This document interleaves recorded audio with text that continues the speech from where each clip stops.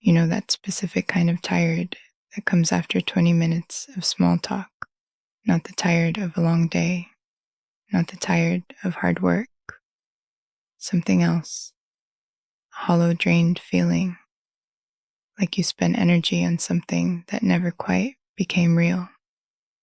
And then, later that same week, you have one conversation with someone about what they actually fear, or what they secretly believe, or what they can't stop thinking about at 2 a.m., and you leave that conversation feeling more alive than when you started. Same you, same nervous system, two completely different outcomes. If that pattern feels familiar, this video is for you, because the story you've probably been told, that you're bad at small talk, or too intense, or socially awkward, misses what's really happening. What's really happening is much more interesting, and it isn't a flaw. Let's name it first. The phenomenon isn't that INFJs dislike small talk. Plenty of INFJs can do small talk. You can smile, you can ask about the weekend, you can navigate the grocery store checkout with grace. The phenomenon is something more specific. Small talk costs you disproportionately more energy than it gives back. And deep conversation, the kind most people find exhausting or uncomfortable, actually restores something in you. That's a puzzle. That's what needs explaining, because on paper, as an introvert, all social contact should drain you, but it doesn't. Some social contact fills you, some empties you, and the difference isn't about how much you like the person. To understand why, we have to look at what your mind is actually doing during a conversation. The psychologist Carl Jung described a cognitive function he called introverted intuition, NI for short, as the dominant way INFJs process the world. NI doesn't move across the surface of information. It moves underneath it. It looks for patterns, meaning, the thing behind the thing. It's always asking quietly, what is this really about? So when someone says, how was your weekend? A person with dominant, I doesn't just hear a question. They hear a social script.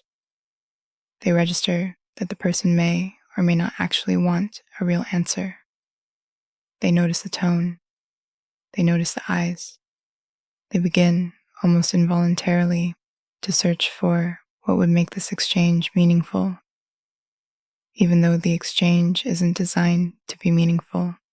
That's the energy cost. You're running a deep processing engine on shallow input. It's like using a telescope to read a text message. The equipment is built for something else.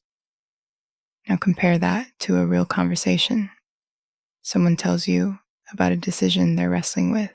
Suddenly, your NI has something to work with. It can move. It can see patterns. It can offer the one observation that makes the whole thing click for them. And when that happens, when your mind is finally doing what it was built to do, you don't feel drained. You feel used well. There's a second layer here, and it's about the nervous system. Stephen Porges, the neuroscientist who developed polyvagal theory, describes something called co-regulation, the way two nervous systems synchronize when people feel truly safe with each other. Heart rates soften, breathing settles. The body registers. This is real contact. I don't have to perform. Small talk, for most INFJs, doesn't trigger co-regulation. It triggers the opposite, a subtle vigilance. You're scanning for the right tone, the right response, the socially acceptable version of yourself to bring forward. Your body doesn't relax. It stays slightly braced. Deep conversation with the right person allows your nervous system to drop into that co-regulated state, and that state is genuinely restorative. It's why you can talk to one trusted friend for 3 hours and feel better than when you started, while 10 minutes of forced networking leaves you needing to lie down. You're not antisocial. You're a specific kind of social. Your body has criteria. Now here's where it gets more tender, because underneath the exhaustion, there's often something else. A quiet grief, a sense that most social spaces don't have room for the version of you that would actually show up. You have things you think about that no one asks about. You have questions you've held for years that never fit into a conversation. You have a whole inner world, layered, textured, full of quiet observations, and you've learned slowly that most contexts aren't built to receive it. So you translate. You bring a smaller, lighter, more digestible version of yourself into most rooms. And that translation is exhausting, not because the people are bad, but because you are constantly editing the parts of yourself that would make the conversation matter to you. That's why you crave deep connection. It isn't a preference. It isn't a personality quirk. It's a hunger for a context where you don't have to translate, where the real you fits without editing. And I want to say something clearly, because this is where a lot of INFJs quietly carry shame. The fact that small talk drains you does not mean you are cold. It does not mean you look down on people who enjoy it. It does not mean you're incapable of warmth in casual moments. Many INFJs are deeply kind in small exchanges, with the barista, with the stranger at the bus stop, with the coworker they barely know. The issue isn't warmth. The issue is depth of processing. Your mind processes even light exchanges deeply, and that has a cost. Someone else can float across 10 conversations in a day and barely register them. You cannot. Every conversation lands somewhere in you. Everyone leaves a small imprint. That's not a defect. That's the price of a mind that notices things.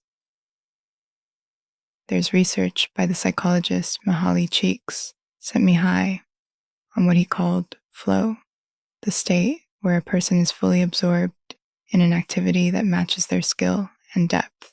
Flow is restorative. It doesn't drain you. It fills you. Deep conversation for an INFJ is a form of social flow. The subject matter is complex enough to engage your full attention. Your intuition has room to move. Your empathy is meeting something real in the other person. Time distorts. You forget to check your phone. Small talk is the opposite of flow. There's no depth to catch your attention, but you can't disengage either because it's still a person in front of you. So you hover, half present, half searching for meaning that isn't there. That in-between state is one of the most tiring states a mind can be in. So what do you do with this? Not much, honestly. There's no fix here because there's nothing to fix. But there is something to understand, and understanding changes how you move through the world. You can stop apologizing internally for finding small talk tiring. You can stop trying to become someone who thrives in networking events. You can stop reading the exhaustion as evidence that something is wrong with you socially. You can also stop rationing your depth. Many INFJs, over years of being told they're too much, learn to keep their real questions inside, even with people who might actually want to go there. You can begin quietly to offer more, not to everyone, but to the one or two people whose eyes change when the conversation gets real. Those are your people. The rest is weather. Your system is not broken because it prefers depth. It's calibrated for depth. It always has been. The small talk exhaustion isn't a signal that you need to try harder. It's a signal that you're built for something else, and that something else is real, and it's out there, and it's worth waiting for. If this resonated, you might find a home on this channel. It's a slow place, a quiet one, made for minds like yours, a quiet place for deep minds.